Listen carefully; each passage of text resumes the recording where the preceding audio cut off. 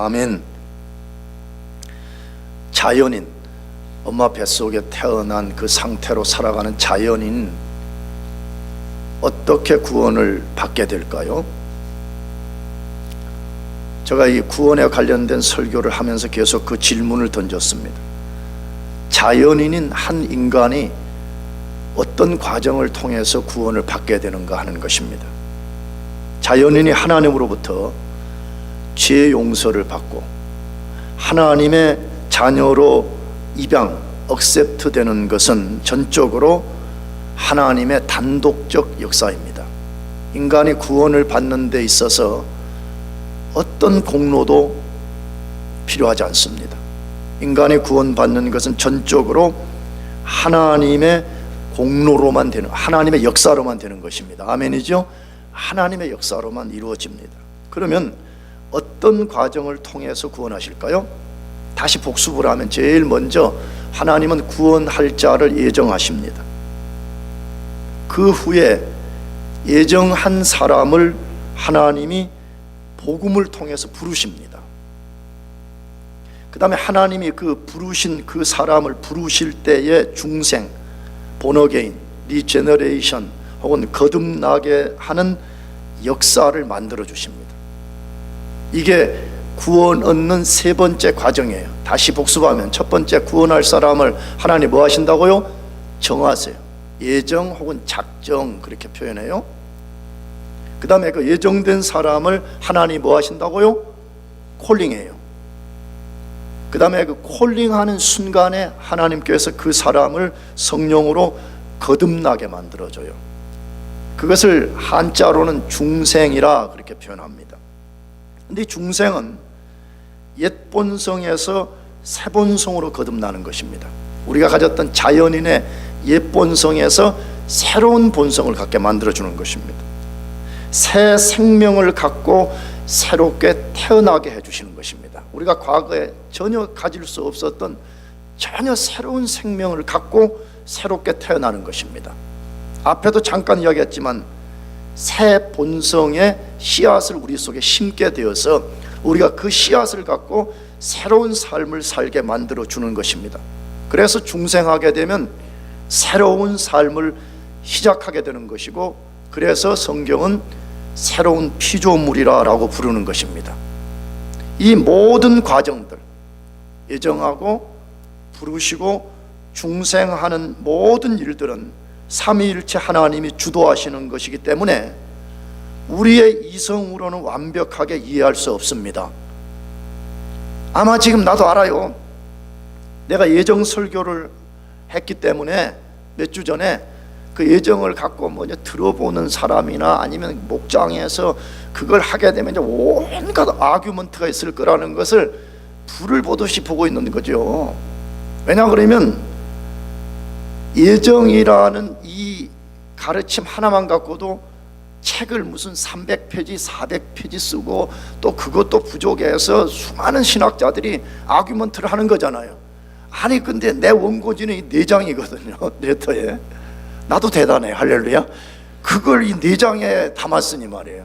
그래서 그걸 가지고 설교를 하니 듣는 입장에서는 얼마나 많은 질문이 생기고 얼마나 많은 논리적으로 말이 안 된다 하는 악유와 반론이 일어나겠어요. 그러나 여러분요, 내가 볼 때는 예정에 관계되는 것을 4000페이지를 쓴다 해도요 우리가 다 이해할 수 없어요. 왜 그런 줄 알아요? 그건 하나님의 신비로운 역사이기 때문에 그래요. 아멘이죠? 우리가 어떻게 알죠? 아니 예정은 제쳐놓고 중생만 보자 이거예요. 하나님이 죽은 영혼을 어떻게 살리는지 우리가 그걸 다 과학적으로, 의학적으로, 논리적으로 다 쓸 수 있어요? 불가한 것입니다. 하나님이 인간을 구원하는 모든 과정은 신비와 기적인 것입니다.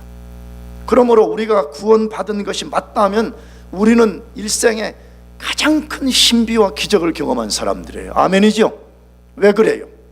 우리는 보편적으로 어떤 사람이 거의 죽을 직전에 다시 살아났다 그러면 기적이라 그럽니다. 맞습니다. 죽음 직전에 간 사람이 살아나면 기적이죠. 그러나 한 영혼이 영적으로 죽음에서 살아나는 것은 더 큰 기적입니다. 왜 그런지 알아요? 여러분, 죽음 직전에 갔다가 그 사람에게 예수 믿으라고 막 그렇게, 나는 실제 경험한 것이거든요. 그렇게 해서 그 사람이 살려만 주면 믿겠다 그래요. 살려줬어요. 안 믿어요. 다시 말하면 인간의 죽은 영을 살리는 것은 인간 스스로의 힘으로는 절대 불가하다는 것이에요. 그러나 하나님이 역사하면 살아납니다. 할렐루야. 그러니까 중생은 죽음의 직전에 갔다가 살아난 사람이 경험한 기적보다 훨씬 큰 기적을 경험한 것이고, 훨씬 더 큰 신비를 경험한 것이 아닐 수가 없습니다. 혹시 여러분 가운데 조금 민감한 분들이 중에, 아니 인간이 구원을 받으려면 중생 전에 믿음이 먼저 와야 되는 거 아니냐고 질문할 수 있는 사람이 있어요. 아니 목사님, 우리가 먼저 믿고 난 후에 중생이 일어난 것 아니에요? 이렇게 질문할 수 있다 이 말이에요. 아닙니다. 실제로 기독교 안에서 이런 주장을 하는 사람들이 있습니다. 중생 전에 믿음이 오는 것이라고, 믿음 후에 중생이 오는 것이라고 주장하는 사람들이 있습니다. 그러나 성경은 절대 그렇다고 말씀하지 않아요. 왜 그렇죠? 여러분, 자연인은 죄로 인해서 영혼이 죽었기 때문에 스스로 믿음을 만들어낼 수 없습니다. 잘 보세요. 죽었다는 개념이 뭐예요? 아니 무슨 깊은 신학적 이해가 없어도 여러분, 죽은 사람이 뭘 할 수가 있어요? 죽은 사람은 아무것도 할 수가 없습니다. 그래서 에베소서 2장 1절에 너희의 허물과 죄로 죽었던 너희를 살리셨도다 이렇게 되어 있습니다. 우리 모든 인간은 허물과 죄로 죽어버렸습니다. 동의하십니까? 허물과 죄로 죽어버렸기 때문에 죽은 상태에서는 아무것도 할 수 없기 때문에 우리가 믿음을 갖기 전에 먼저 하나님이 우리 죽은 영을 살리는 중생의 역사를 먼저 일으키는 것입니다. 따라서 믿음 전에 하나님이 영혼을 거듭나게 하는 중생이 먼저 오게 하는 것입니다. 중생 되지 않으면 절대 믿음을 가질 수가 없어요. 그렇다면 한 인간을 중생시키는 하나님의 역사를 우리가 더 잘 이해하려면 뭐가 필요하냐 이거예요. 다른 말로 하게 되면 중생을 잘 이해하기 위해서 우리가 세 가지 큰 전제들을 알고 있어야 된다는 것이에요. 중생의 이 세 가지 대전제가 무엇일까 하는 것인데, 첫째로는 인간은 반드시 중생을 필요로 한다는 것입니다. 모든 인간은 반드시 뭘 필요로 한다고요? 중생을 필요로 한다는 거예요. 왜 모든 자연인은 반드시 중생을 필요로 할까요? 거듭나는 것을 필요로 할까 하는 것입니다. 오늘 본문에서 예수님이 그 이유를 아주 분명하게 잘 소개했습니다. 왜 거듭나지 않으면 안 되느냐 하는 것이에요. 그것을 두 구절에서 설명했죠. 요한복음 3장 3절 하반절하고 3장 5절 하반절에서 했는데, 먼저 3장 3절 하반절을 같이 읽어보겠습니다. 시작. 사람이 거듭나지 아니하면 하나님 나라를 볼 수 없느니라. 그 다음에 3장 5절 하반절 같이 시작. 물과 성령으로 나지 아니하면 하나님 나라에 들어갈 수 없느니라. 자, 이 구절에서 우리가 주의해야 되는 두 단어가 있어요. 하나님 나라를 볼 수 없다는 말과 하나님 나라에 들어갈 수 없다는 말입니다. 그러면 볼 수 없다는 뜻은 뭐예요? 볼 수 없다는 뜻.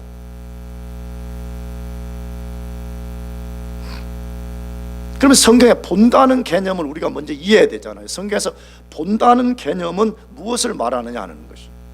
내가 자주 말씀드리지만 성경을 읽을 때 성경적 언어로 우리가 읽는 훈련을 자꾸 해야 되는 것이에요. 성경은 쉽게 말해 A라고 말했는데 우리는 B라고 읽으면 성경을 잘못 읽는 거잖아요.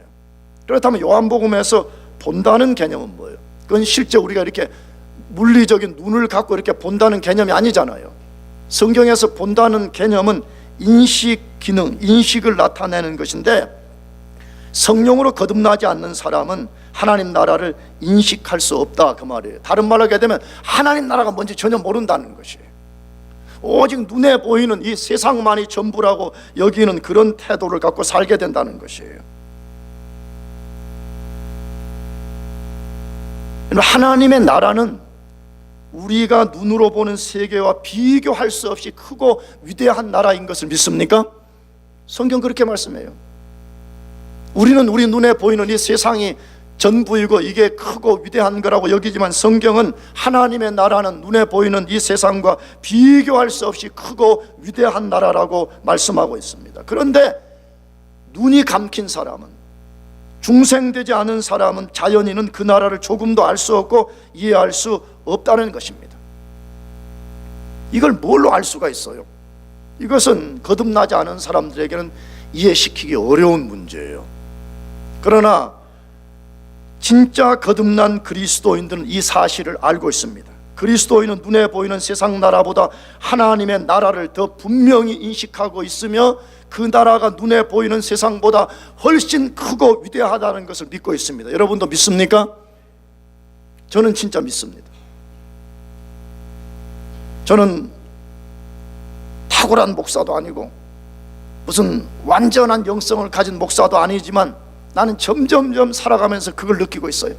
아, 이 세상은 진짜 소망이 없구나. 아니, 저는 무슨 타계주의, 염세주의이기 때문에 그런 것이 아니에요.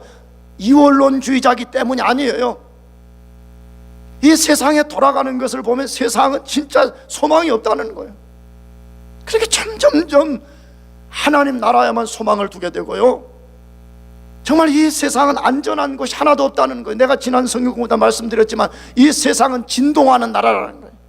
지진 진도 4.67만 와도 사람들이 살 곳을 잃어버리고 그런 비참한 이런 땅이잖아요. 여러분, 하나님의 나라만이 진동치 않는 나라입니다. 믿습니까? 그런데 그 나라가 너무 분명하게 인식되는 거예요. 아니, 내가 살았던 조국 대한민국보다 나는 더 분명하게 인식돼요.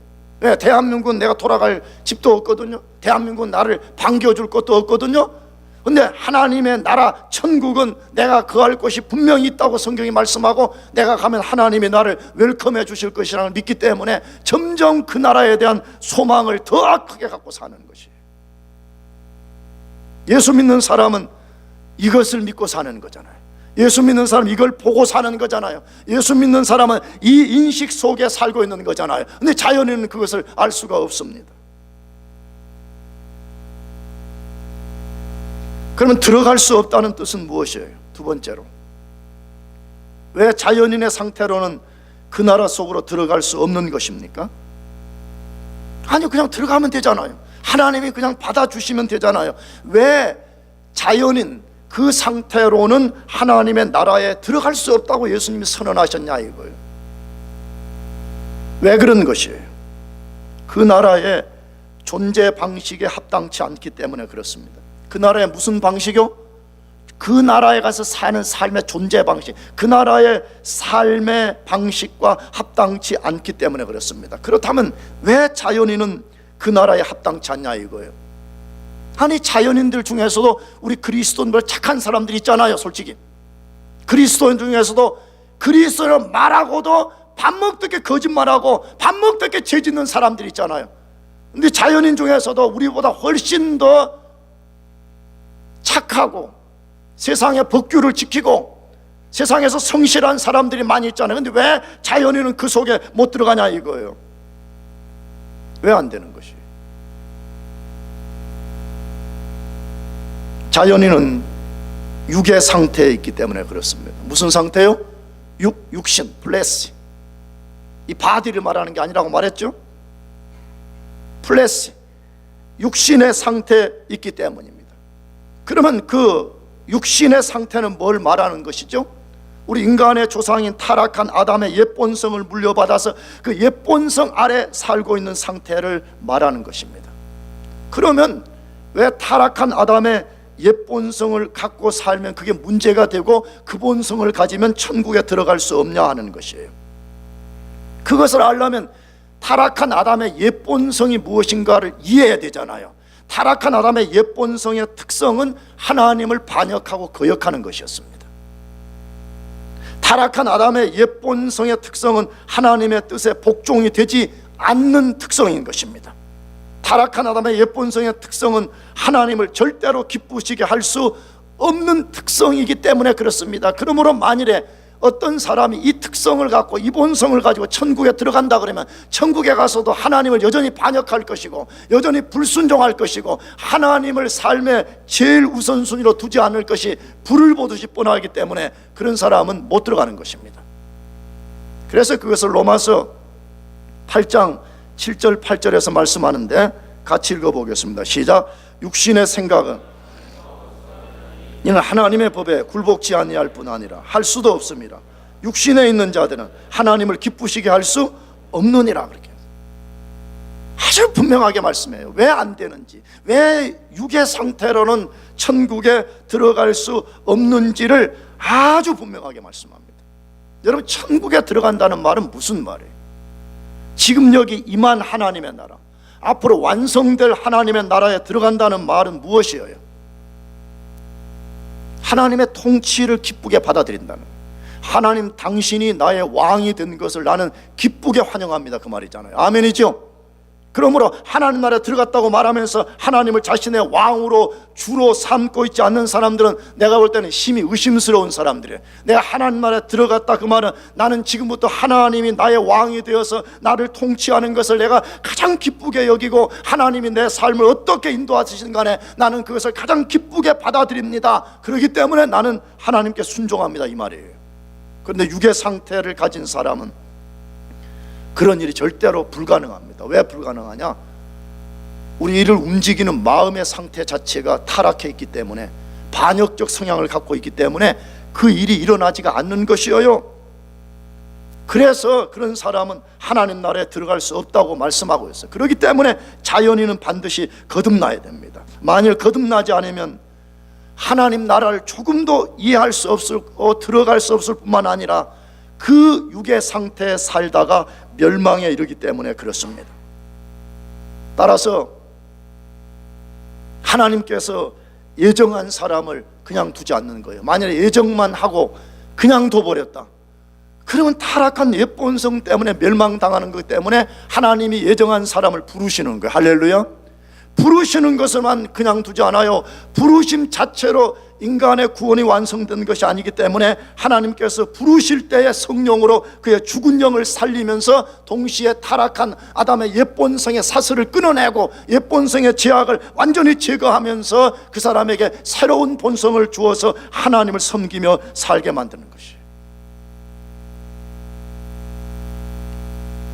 그래서 예정한 사람을 부르시고 부르신 사람을 하나님이 거듭나게 하실 때에 제일 먼저 하시는 일이 뭔지 알아요? 반역적 성향을 제거해요. 무슨 성향이요? 반역적 성향. 이거는 취미로 되는 게 아니에요. 이게 교회는 이게 강제가 안 되는 거예요. 야, 믿어라, 밥 한 그릇 사주고 이게 되는 문제가 아니에요. 취미를 바꾼다고 되는 것이 아니에요. 종교를 불교에서 기독교로 바꾼다고 되는 문제가 아니에요. 하나님을 섬기려면 우리 속에 타락한 아담의 옛본성으로부터 왔던 반역적 성향이 제거돼야 돼요. 이게 성향이 제거되지 않으면 교회에 나와도 하나님께 반역적인 태도로 갖는 거예요. 그래서 본어교인 될 때 하나님이 제일 먼저 반역적 성향을 제거하시고 그분의 통치를 기쁘게 받아들일 수 있는 새로운 성향을 우리 속에 만들어 주시는 거예요. 할렐루야.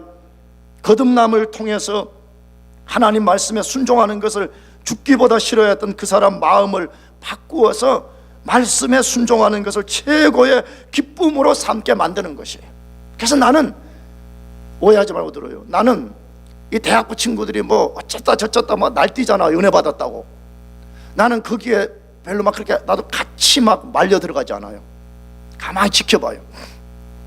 아, 진짜 이 친구가 거듭난 본어교인 된 특성을 진짜 드러내고 있는지를 가만히 보는 거예요.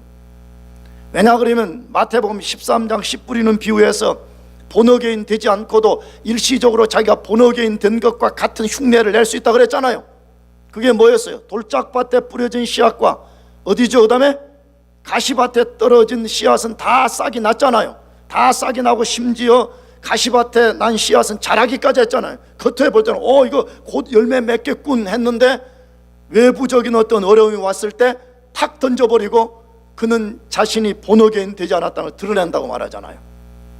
본어교인이 되면 반역적 성향이 사라지고 과거에 하나님 말씀, 천국 듣기 싫었던 말이 듣기 좋아지는 역사가 일어나요.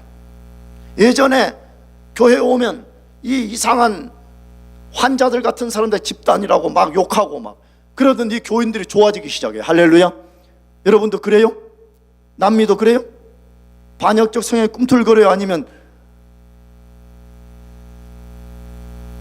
이게 하나님이 우리를 바꾸시는 놀라운 역사인 것이에요. 거듭나기 전에 한 번도 가져본 적이 없는 새로운 본성을 만들어 주시는 것입니다.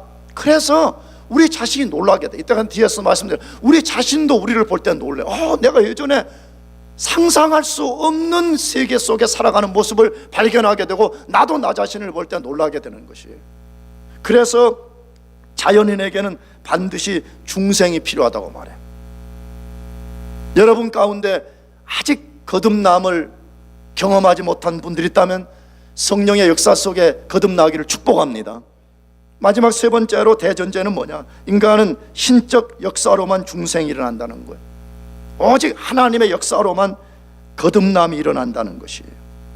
이 전제는 왜 자연인은 반드시 하나님의 역사로만 거듭날 수 있냐는 거예요. 왜 인간 스스로의 힘으로는 거듭날 수 없냐는 것이에요. 여러분, 이게 기독교와 다른 종교를 완전히 구분짓는 아주 중요한 내용인 것이죠. 세상 종교는 자기 스스로의 힘으로 본어교인이 가능하다고 주장하는 것이잖아요. 그러나 성경은 그렇게 말하지 않습니다.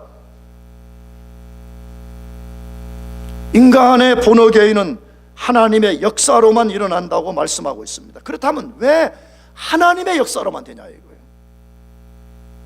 앞에서 인용한 에베소서 2장 1절 말씀, 죄와 허물로 뭐 했기 때문에? 죽어버렸기 때문에. 죄와 허물로 죽어버렸기 때문에 인간은 스스로의 힘으로 스스로를 본어교인 시킬 수가 없습니다. 성경의 큰 가르침은 정확하게 우리의 몸도 죽었다고 사실은 선언해요. 잘 들어야 돼요. 교회 다니면 보통 뭐라고 설교하죠? 우리의 뭐만 죽었다 그러지요? 영만 죽었다고 말해요. 그러나 정확하게는 우리의 몸도 죽은 것입니다. 다만 몸은 죽음이 유예된 것 뿐이에요. 그래서 우리 인간은 인간 몸 안에 죽음의 씨앗을 품고 있습니다.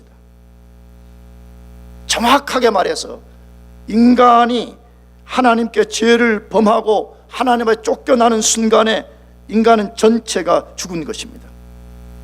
따라서 죽은 상태에 있는 인간은 스스로 죽음의 상태를 벗어날 수 없습니다. 스스로 자신의 존재 안에 새로운 생명을 불어넣고 새 본성을 만들어낼 수 없습니다. 스스로 새로운 피조물이 되게 만들 수 없습니다. 그렇기 때문에 우리 인간이 본어교인 되려면 반드시 우리 외부에 어떤 작용이 일어나야 돼. 다시 말하면 외부로부터 어떤 것이 우리 속에 역사를 만들어야 되는데 그것은 하나님의 역사로만 가능합니다. 왜 그렇죠? 우리가 이렇게 질문할 수 있잖아요. 아니 왜 반드시 하나님으로만 되냐 이거. 하나님 말고 다른 존재가 우리를 거듭나게 할 수는 없냐는 것입니다. 아니 왜 당신들은 꼭 예수로만 된다고 그러고, 왜 당신들은 성령으로만 된다고 그러고, 왜 당신들은 하나님으로만 되냐 이거예요. 하나님 말고도 다른 어떤 존재로도 될 수 있는 거 아니요?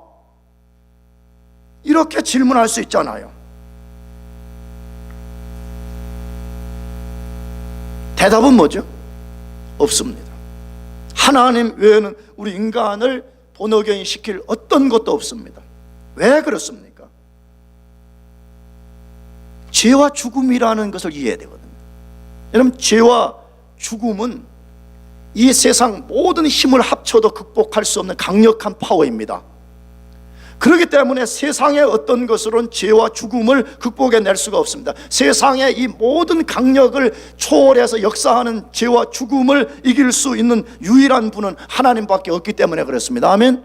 하나님만이 죄와 죽음을 삼킬 수가 있어요. 예수님만이 죄와 죽음을 삼킬 수가 있기 때문에 예수님만이 가능하고 하나님만이 가능하고 성령님만이 가능한 것입니다. 그러므로 세상에 어떤 것으로도 우리 인간을 본어교인 시킬 수가 없어요. 하나님만이 가능해요. 할렐루야. 그 증거를 예수님이 친히 오늘 본문에서 말씀하신 거예요. 아까 읽었던 요한복음 3장 3절과 3장 5절을 다시 우리가 살펴보려고 그러는데 3장 3절에 이렇게 되어 있어요. 사람이 거듭나지 아니하면 하나님 나라를 볼 수 없음이니라 이렇게 되어 있어요. 근데 이 말씀에 우리 성경은 여기 거듭나지 아니하면 이렇게 번역을 했는데 이 말의 헬라어 원래 단어는 아노텐이라는 단어예요. 헬라어로 아노텐. 근데 아노텐이라는 이 단어의 뜻은 뭐냐 그러면 위로부터라는 뜻이에요. 뭐로부터라고요?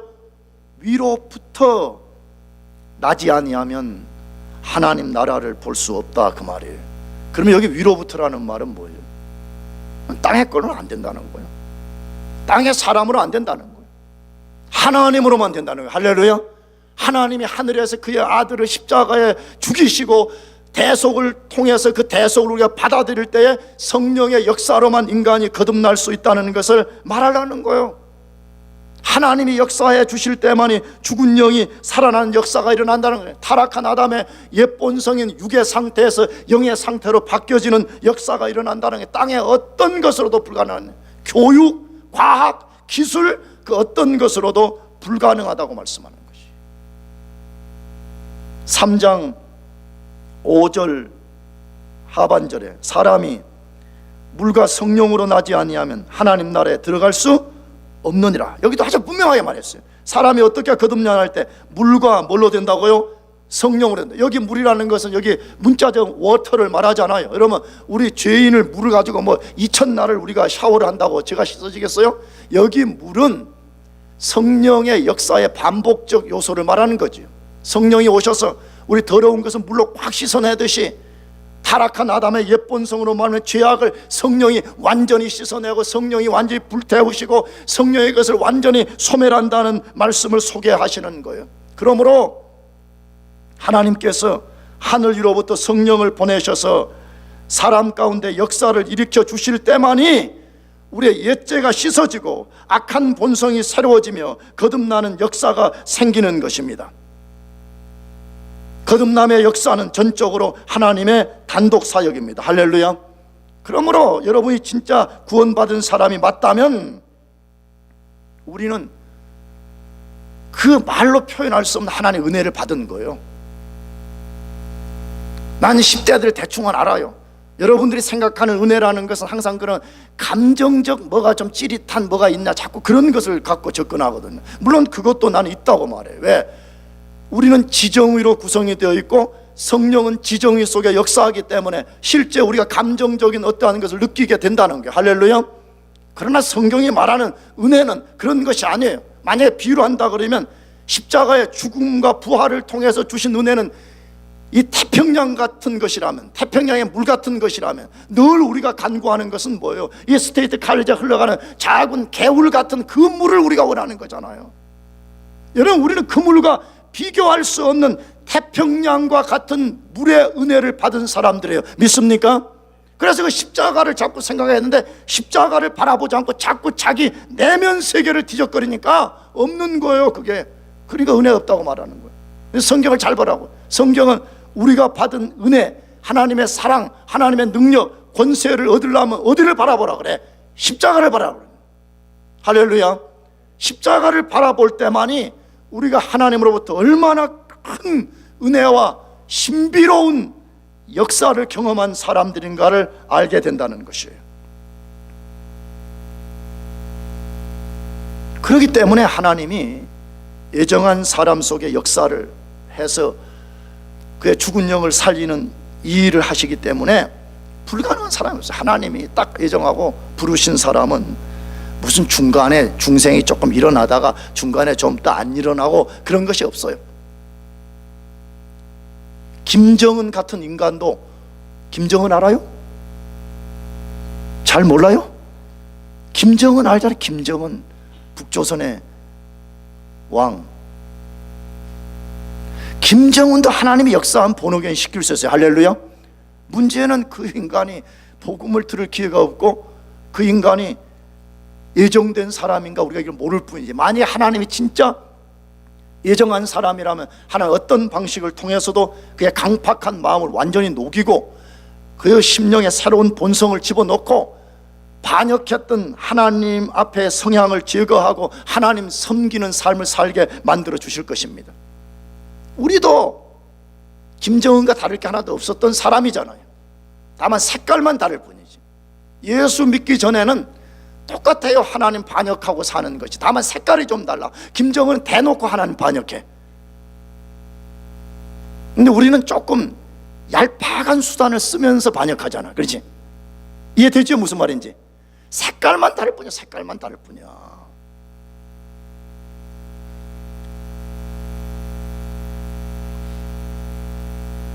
그런데 김정은이든 뭐 우리든 하나님이 성령으로 역사하시면 거듭납니다. 할렐루야. 그래서 이 거듭남의 역사는 전적으로 하나님의 주권적이며 단독적 역사라고 말씀하고 있는 거예요. 그래서 우리가 기도가 필요한 거예요. 왜 필요하냐? 전도도 해야 되지만 하나님이 역사하셔서 그 사람의 영혼을 살려주십시오. 거듭나게 해주십시오. 그러면 눈이 열어지고 인식 기능이 새로워져서 하나님이 살아계시고 천국이 있다는 것을 믿기 때문에 변하지 말라 그래도 변합니다. 할렐루야. 마지막 세 번째로, 중생의 대전제는 인간이 중생되면 증거들이 나타난다는 거예요. 인간이 거듭나면 반드시 거듭났다는 증거를 드러내기 시작한다는 것이에요. 이 대전제는 뭐죠? 인간이 하나님 역사로 거듭나면 거듭났다는 증거를 알 수 있냐는 거예요. 거듭났다는 증거를 알 수 있냐는. 대답은 뭐죠? 알 수 있다는 거예요. 거듭나면 분명히 거듭났다는 증거를 알 수가 있다는 거예요. 왜? 진짜 거듭나면 거듭났다는 증거를 나타내기 시작하기 때문이라는 거예요. 그걸 예수님이 요한복음 3장 6절에서 8절에서 직접 말씀하셨어요. 같이 읽어보겠습니다. 시작. 육으로 난 것은 육이요, 내가 네게 거듭나야 하겠다는 말을 기이 여기지 말라. 바람이 임의로 불매 내가 그 소리를 들어도 어디서 오며 어디로 가는지 알지 못하나니 성령으로 난 사람은 다 이러하니라. 자, 이 말씀에 중요한 것 한 말씀이 뭐냐 그러면 마지막 부분에 성령으로 난 사람은 다 뭐하니라? 이러하다 그래요. 성령으로 진짜 본어교인이 일어난 사람은 다 이러하다, 다 이러하다, 다 이러하다는 거예요. 이 말이 무슨 말이죠? 그 앞에 우리 읽었잖아요. 성령으로 본어교인 된 사람과 바람의 역사를 지금 두 개 나란히 놓고 비교하는 거잖아요. 바람이 불면 이렇게 후 불면 바람이 보이지 않지만 바람에 의해서 사물이 움직이는 것과 같이 어떤 사람이 성령의 역사에 의해서 본어교인이 되면 반드시 바람이 사물을 움직이는 것처럼 변화의 역사가 일어나게 된다는 것이. 그러므로 이건 거짓말이 아니에요. 이것은요, 이건 추상적인 것이 절대로 아니에요. 우리가 다 이해할 수 없는 신비로운 것은 사실이지만 진짜 본어교인이 되었다 그러면 그 사람은 반드시 본어교인 되었다는 증거를 드러낸다는 거예요. 하나님을 반역했던 육의 상태, 플래시의 상태에서 스피릿, 영의 상태, 옛세계에 갇혔던 삶에서 빠져나와서 그리스도가 통치하는 새로운 세계 속으로 들어왔다고 하는 분명한 증거를 드러내며 살게 된다는 것이에요. 왜 그런 증거와 변화를 드러내게 되는 것이죠? 죽은 영이 살아났기 때문입니다. 죽은 영이 뭐 했기 때문에요? 살아났기 때문에. 당연한 거 아니에요. 나 오늘 리니도 아침에 가보니까 어제까지만 내가 막 일부러 막 이런 건지 어쩐지 말이었는데 오늘 같으면 빠르다더라고. 막 가봤더니 머리도 감고 막. 살아나면 그런 거잖아. 살아나면 그러잖아요. 아니, 육체가 조금 아프다가도 육체가 좀 살아나면 나도 지난주 지지난주하고 갑자기 아침에 그 양치질 하다가 허리에 이제 담이 와서 담. 근데 갑자기 주저앉아가지고 막 꼼짝을 못 하겠는 거야. 그래가지고 막 침대에 누우면 밥 먹으라고 막 차 탈 때도 근데 우리 집사람이 예언을 해주더라고. 당신 그 2주면 나을 거라고. 근데 2주가 지나고 나니까 진짜 이게 상당히 많이 좋아졌어요. 예전에는 허리를 흔들지도 못했어. 조금 운동을 하려고 하면 너무 아파가지고 흔들 수가 없어요. 근데 지금 막 흔들잖아. 지금 돌아가죠? 막 돌아가죠 지금. 허허 맞다잖아요. 상태가 좋아지면 변하는 거잖아요. 죽은 상태에 있다가 그 영이 살아나기 때문에 당연히 변화가 나타나게 되는 것이요. 하나님을 반역했던 반역적 성향을 갖고 있다가 그 반역적 성향이 사라지기 시작하니까 그때부터 하나님을 사랑하게 되고 하나님에 대해서 순종적 성향을 드러내게 되는 것이에요. 과거에는 하나님 말씀이 하나도 들려오지도 않고 논리적으로 말도 안 된다고 생각하고 이성적으로 저거는 저 말도 안 되는 이상한 말씀이라고 생각했던 사람들이 영이 살아나게 되니까 하나님 말씀이 들려오기 시작하고, 아 이게 맞구나. 그래서 하나님 말씀을 사랑하는 역사가 일어나게 되는 것이, 아까도 말씀드렸지만 과거에는 한 번도 선한 삶을 살려고 꿈꿔본 적도 없었어요. 근데 새로운 본성이 들어오기 시작하니까 이전과 전혀 다른 삶을 살기 시작하는, 과거는 이기적이고 나밖에 모르는 그런 인간으로 살았는데 새로운 본성이 들어오기 시작하니까 이제 그때서 비로소 다른 사람들에 대한 눈이 열리기 시작하는 그런 변화가 일어나기 시작하는 것이에요. 그러면 거듭난 사람의 구체적 증거는 뭐냐 하는 것이에요. 굉장히 많아요. 그러나 굉장히 많은데 따라 또한 서로 약간씩의 간증이 달라요. 쉽게 말해 자기 경험들이 좀 달라요. 그러나 공통적인 것이 있어요. 반드시 본어게인 하면 약간의 간증들은 조금씩 달라도 공통적인 경험들이 반드시 있어요. 그거 세 가지만 소개하려고 그래요. 첫째로는 하나님을 아는 지각의 변화가 일어납니다. 다른 말로 하게 되면 자기 인식 기능의 변화가 일어나기 시작해요. 과거에는 하나님은 없다, 과거에 하나님은 우주를 창조하신 분이다, 이런 거 전혀 믿어지지 않았어요. 하나님에 대한 지식이 생기기 시작해요. 그러면 어떤 현상이 벌어지죠? 그 하나님을 알고 싶어져요. 그 하나님에 대해 배우고 싶어요. 그때부터 설교를 귀담아 듣기 시작하고 하나님을 알려주는 성경에 대한 관심을 갖기 시작하는 것이에요. 놀라운 것은 성경을 배워본 적이 없는데 내가 성경을 읽기 시작하면 성령께서 내 영혼을 움직여서 이걸 이해시켜주는 역사가 일어나요. 할렐루야. 이게 모든 거듭난 사람들이 갖는 특성이에요. 두 번째로는 도덕적, 윤리적으로 거룩한 변화가 일어나기 시작해요. 과거에는 죄를 지어도 죄를 조금 더 미워하지 않고 오히려 죄 짓는 걸 자랑으로 여기고 같이 죄 짓는 사람을 격려하고 같이 막 어깨를 두드려주면서 내일 더 많은 죄를 짓자 이렇게. 그런데 성령으로 딱 거듭나기 시작하면 죄를 미워하기 시작해요. 혹시 넘어졌을 때 그 넘어진 죄 때문에, 넘어진 것 때문에 후회 플러스 진정한 리펜턴스를 하기 시작해요. 아니 또 죄 짓고 이번 주에 와서 또 죄 짓고 매 이걸 1년 내내 반복하는 것이 아니라 죄와 피 흘려 싸우는 역사가 일어나. 할렐루야. 넘어질 때도 있어요. 그러나 난 이제 다시는 죄에 넘어지지 않겠노라고 피 흘려 싸운다고, 피 흘려 싸운다고. 그러므로 성화가 발생하기 시작해요. 성화, 생티피케이션이 그의 삶에 일어나기 시작해요. 완전하진 않지만 일어나기 시작해. 변화된 모습들이 점점 나타나기 시작해. 마지막 세 번째는 하나님과 그분의 교회에 대한 변화가 일어나요. 거듭나기 전에는 하나님, 교회라는 말 자체가 경멸과 혐오의 대상이었어요. 나도 예전에 그랬어요. 나도 예전에 그랬다고 내가 간증했지, 작게는. 나는 예전에 예수 믿기 전에 하나님, 정말 내가 왜 그랬나 모르겠어요. 하나님을 내 이 발톱 밑에 때만 또 못 여기는 그런 경멸, 하나님을 경멸, 그리고 하나님을 섬긴다는 교회 자체를 혐오했어요. 내가 본어교인 되고 나서 도대체 내가 무슨 짓을 한 것인가 이걸 알게 된 것이에요. 내가 왜 이런 어마어마한 짓거리를 했지? 이걸 깨닫게 되는 것이에요. 그래서 그때부터 하나님을 사랑하게 되고 하나님의 백성들인 교회를 사랑하기 시작해. 할렐루야. 이것은 본어교인 된 사람들이 갖게 되는 공통적인 증거들이에요. 사랑하는 교우 여러분들, 거듭난 사람들은 내가 어떻게 거듭났는지를 분명하게 이해하고 살고요, 혹시 이 가운데 거듭나지 않은 사람들이 있다면요, 하나님께 자비를 구해야 됩니다. 언제든지 내가 가면 구원을 받을 수 있다. 그건 여러분 생각인 것입니다. 하나님이 성령으로서 역사해 주시고 자비를 베풀어 주실 때만 우리가 본어교인 될 수 있습니다. 할렐루야.